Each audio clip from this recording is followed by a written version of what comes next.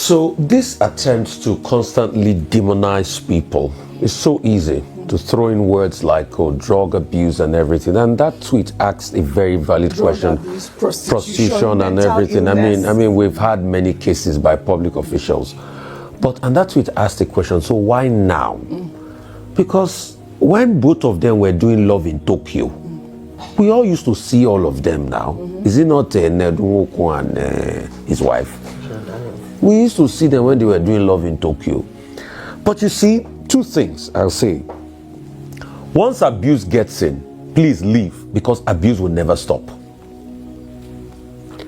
Once drug gets in, please seek counseling, because it's hard to shake up a drug problem.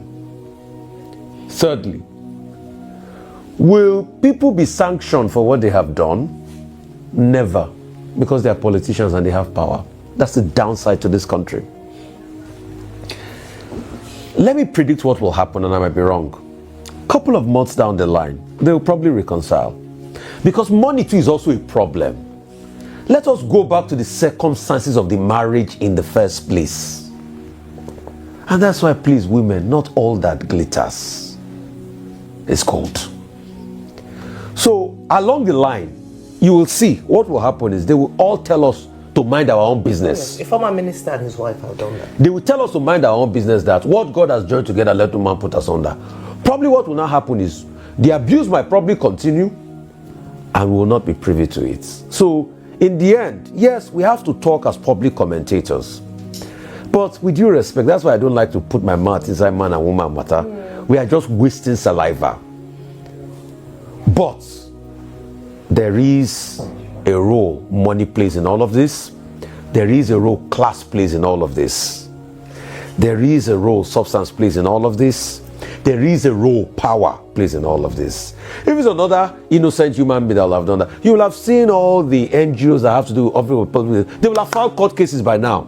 All right. Let's wait till the end of today. All right. You know what's the weekend? The courts were not, like they say in Yoruba, let's covet. All right, time is kicking. They've not filed anything all this while. I'd like your thoughts really quickly. I think all angles have been touched, but the one that I want to focus on is around age of consent, which, there's a blurred line between how old she was when she got married, but the general consensus is that she was 17 when she was married off, and it takes us back to the debate around young brides, child brides, girls. They're not yet women. They're not yet ready to be in the way of marriage. And, all the factors that have been pointed out, whether it be money, power, influence, status, romance them into these settings. I ask myself, what does an underage girl know about a polygamous setting? How could she have known what she was signing herself up for in such a setting? Everything is in the realm of allegations right now, but all we know is we have this video of a disgruntled, disheveled